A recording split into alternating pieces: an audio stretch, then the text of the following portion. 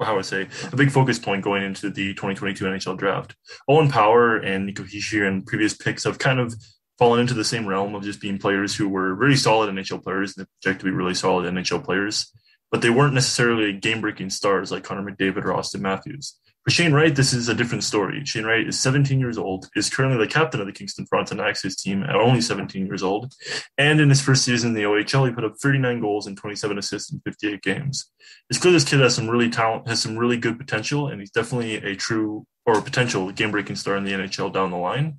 But I definitely think it'll be interesting to see how things continue on in the next season and how his numbers will project on a very talented Kingston Frontenacs team with some really good players around him. So I'm going to throw it over to Sebastian to see what his opinion is on this.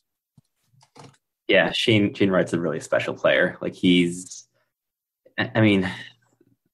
only relatively recent first overall pick that I would say would be higher ceiling than Shane Wright would have been Austin Matthews. If you go back that far, like he's a really, really special player. Like Jack Hughes is going to be good, but Shane Wright is breaking records and doing it at a very young age in the OHL. And yeah, it's such a great and fun draft class, right? The fact that like Brad Lambert is like probably going to go second or third overall between him and Matthew Savoie. And he put up 15 points in 46 games in the Finnish Liga, like in his draft minus one season. So he was a 16-year-old playing against pros and put up 15 points, which is pretty solid. So the fact that he's not like the first overall pick in everyone's mock draft is already pretty impressive. And then the aforementioned Matthew Savoie is going to be really good. And he's in the USHL this season. There's another Jack Hughes who's going to go in the top five. He's also in the US NTDP, and he's also a forward. But he's also a great player. He's not the same Jack Hughes as the New Jersey Devils Jack Hughes, but he's really good. And even if you go to like the VHL in Russia, Ivan Miroshnichenko looks really good. So it's a pretty fun draft class where honestly I think that like the first overall pick is pretty set in stone, and then the next two are also pretty safe bets with Brad Lambert and Matthew Savoie. But honestly, like I would say like the first overall pick in this last draft would have a pretty similar value as like the fifth overall pick in the next draft. Now, on the topic of Shane Wright, can you guys maybe give a comparison as to maybe, who he might look like? Because now there's been some talk in being like he's going to be really good, but he might not be McDavid good, but he's going to be really good. And I mean, stats are stats. Anybody who goes on eliteprospects.com, for example, man, goodness, 150 points in 72 games in AAA. In last year, 66 points in 58 games, 39 of those were goals and whatnot. I mean, it's ridiculous statistics, of course. But Scott Sebastian, I mean, does he compare to someone else? I mean, how like if you were to say, you know what? Yep, he's another insert player name here. My own personal opinion, I mean, Shane Wright is definitely a smaller player. I'd recommend him offensively to a guy like Martin St. Louis. There's just being a very high-powered offensive player, a great playmaker, a great vision, great feel for the game, all that kind of stuff. He's also a really solid top-end skater at that. The other thing to note about Wright, to make a good point too, is that his team, the Kingston Frontenacs, weren't exactly that great over the past two seasons. So the fact that he can stand out that well on such a weaker team is definitely a really good point. And I definitely think he'll project to be one of sort of a more smaller type offensive kind of playmaker who can break out and be a big star. And in another way, you can even compare him to Nick Suzuki in certain aspects of just his playmaking and his shot and things like that. Yeah, like I am a really big fan of Nick Suzuki, but Shane Wright is a different beast in terms of just quality. Like again, it's kind of tough to give player comparisons because they're never one-to-one, right? Like I don't know. Like he's a goal scoring centerman who I think has 40 goal upside in the NHL and well over a point a game. If you want to look in terms of production, I don't know, like a Steven Stamkos or maybe borderline Austin Matthews territory with a little bit less of the physicality. So he like Matthews is also just a very imposing guy physically. He's not really using it, but he has that physical quality, which Wright just doesn't. He's just a very average size for an NHL player, but he is supremely skilled. And I do kind of struggle just with the player comparison, but like whoever drafts him is going to get a bona fide number one centerman who's probably going to be a top 10 player in the league within, say, 5 years. There's also a couple of other players, Sebastian, that you said you're pretty high on, and some of them are actually really close to Montreal for them. Are playing for Gatineau. Now, maybe tell us a little bit about their recent, I would say, incredible success at drafting, maybe? Well, maybe success at acquiring draft picks, considering they drafted both first overall and second overall in the 2020 draft, I believe, when they got Christian Dvorak with the first pick and Anthony Verrou with the second. And they also had the eighth overall selection that year, which they used on Noah Warren. So they have this trio of really high draft picks that are now all draft eligible for this upcoming draft. So that's going to be also fun to follow for me, considering I'll be able to get to a few games this season. And so Luneau is a defenseman, and as I just mentioned, he was the first overall pick, and he is like a two-way defenseman in that he dominates on both ends of the ice in the queue. So he has like supreme playmaking ability and skill, right? Like the thing that you notice when watching him is just how much skill he has for defenseman, right? Like he pulls off things that the forwards he faces can't pull off, and the playmaking, the deception, the first pass while breaking out of the zone, it's all there. Like the defensive qualities are there, but they're not quite as like in your face as the offense. But I do think that it's going to come through, and he's also a right shot, so that's always an extra little bit of value in the NHL. The second overall pick was Anthony Verrou, who is a pure playmaker, like to the extreme, in that he played this season. So he played in 31 games for Gatineau, and he put up 6 goals but 23 assists. So he had 29 points in 31 games in his draft -1 season. And he was also born at the very end of July of 2004, meaning he's going to be one of the younger players in his draft class. So the fact that he put up almost a point a game in the queue when he's almost a draft -2 player, like barely even a draft -1, is really impressive. So he's going to be available this season. And yeah, I think that like a top 20 pick for him is totally feasible. And he's a bit undersized, which I mean, we've seen the NHL in the draft, right? Smaller players, smaller wingers especially, they drop, right? So it might also be a candidate. Even Cole Caulfield dropped. Even Cole Caulfield, who was breaking records in goal scoring, right? Exactly. So Verrou might be a candidate for a end of the first round, early second round steal.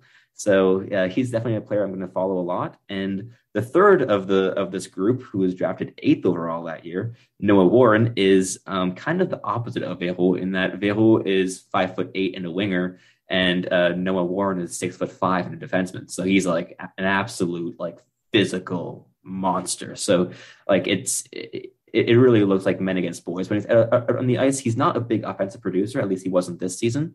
But he played some really big and heavy minutes for Gatineau, and they were kind of a middling team this season, but he played a lot of minutes, and that in his draft -2 season, right? So he was really good. And yeah, like I think that trio has a lot of potential this season for Gatineau, and that yeah, as a trio, they could really carry that team like a lot higher than people are expecting them to go this season. Now, Gatineau is obviously going to be one of them with a couple of teams that we're going to be following here on Puck and Roll. We, full disclosure, we have been invited to attend a couple of junior games, so we're going to try to be as neutral as possible. But it's going to be very exciting to follow these guys. Scott, I know you're pretty high on a prospect. He's already been drafted by the LA Kings in the first round, 8th overall, and that's Brent Clark. Now, maybe give us a little insight as to why this guy, is really someone that we need to look forward to in the future. Going into the 2021 NHL draft, a lot of the prospects that were highly ranked and subsequently highly selected were guys that I were kind of following up on and learning a lot more about as the draft approached. And I kind of just followed them on and off during the season. Brent Clark was different, and he was a guy who I kind of had picked up on really early prior to the 2021 draft. And I've been following him kind of on and off as I do. As I mentioned before, I kind of tend to pick really random guys to follow, and Clark just kind of popped up on my radar. And I just think he's a really, really talented high-end defenseman who has a lot of upside for an 8th overall pick, and I definitely think he'll be a great contributor to the Kings. In 2019-20 with the Brady Colts, he put up 38 points in 57 games, and this past season he put up solid numbers in Slovakia, which is where, as we'll get into later, a former Hab is currently going to. And I just think he is a very, very talented offensive defenseman who will look projected to be a big-time NHLer down the line, in my own opinion. I think he could be definitely a top 2 pairing guy. He has great skating, great hands, and he sees the ice very well for a offensive defenseman. And I could definitely see him being a very talented power play quarterback for the Kings. And he's just another prospect that adds on to their already huge list of really talented players that are coming into the Kings system.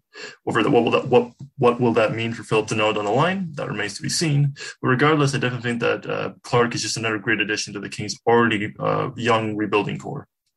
Absolutely, you're 100% spot on that one, and we mentioned that earlier with Deneau probably going to be dropping because of all that depth they have and whatnot. Now there is something, guys, I want to ask the both of you. I know that we spend a lot of time on this segment, kind of, peeling through the layers of particular prospects and whatnot. And something that we're going to be doing on this show as the season progresses is to try to discover a little more what's going on in the life of a junior hockey player. Now, everyone knows, they go, they play hockey, they do their best, they get drafted and everything. But I think we're gonna try with time we're gonna try to get some interviews for sure. But we're gonna try to make a lot of research into trying to find out exactly what makes these players tick. How do they spend their days and everything and whatnot, and really get into the mental aspect of being a junior hockey player. Now, that being said, I guess Sebastian, I'll ask you first, because you've been following certain teams very closely and whatnot, and then one of the teams you've been following was the Ottawa 67s, and you mentioned that they might have a tough road ahead of them, to be very polite, I guess. But I mean, in the juniors especially, it's not the same thing as in the National Hockey League, because in the NHL, you could rebuild, you could draft, you could develop, etc. Am I correct to assess that, when you're running a junior team, it's literally just luck of the draw? It's hopefully you get someone fall on your lap for a couple of years and then you'll see, or is there maybe a little more to it, and maybe use Ottawa as an example? I definitely think there's more to it than just luck, right? Like with any hockey team, you have to know how to build it, right? And a big thing that OHL, obviously there are 2 types of drafts.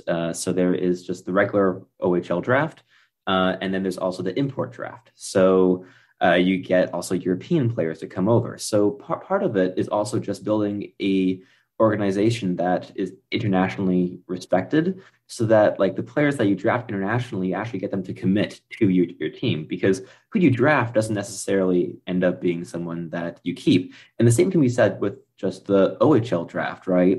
You see guys that like Jack Hughes never played junior, but he was drafted 9th overall or something in the OHL draft, because the team was just screw it, let's try to convince him to come over. And yeah, so you have teams that have the rights to these players, and so part of it is also just building up a